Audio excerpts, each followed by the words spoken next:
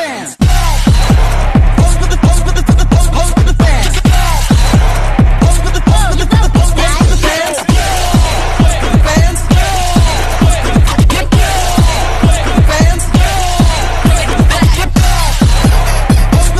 Good day everyone, we are the Group 3 and we are here to show how randomness appear in real life.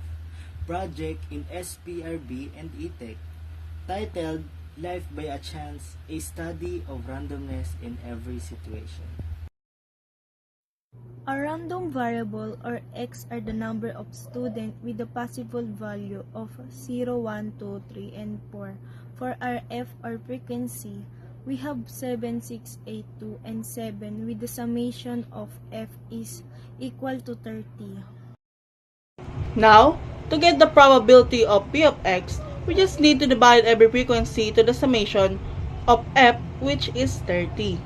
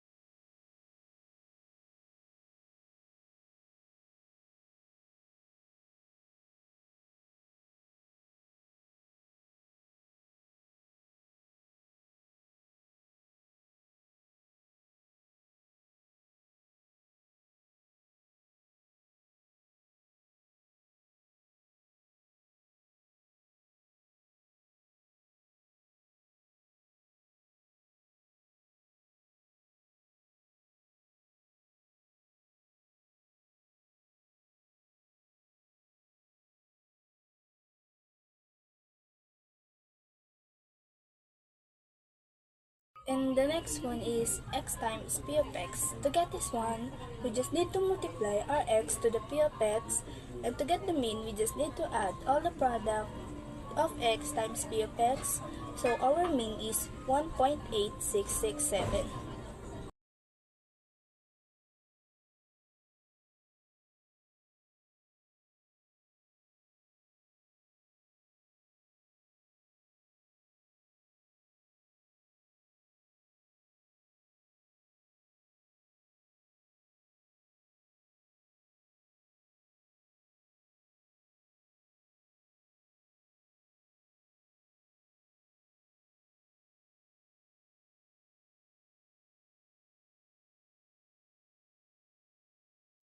And then the x minus mean. We need to subtract our mean to a random variable or x. The next one is x minus mean square. To get this one, we just need to square root the difference of x minus mean.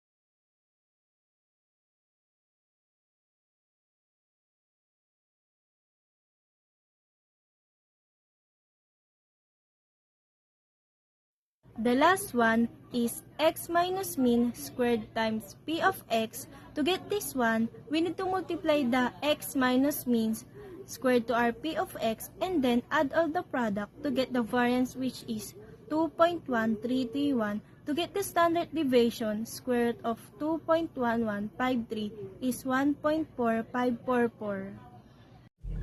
Our mean is 1.8667, our variance is equal to 2.1153, and our standard deviation is equal to 1.4544.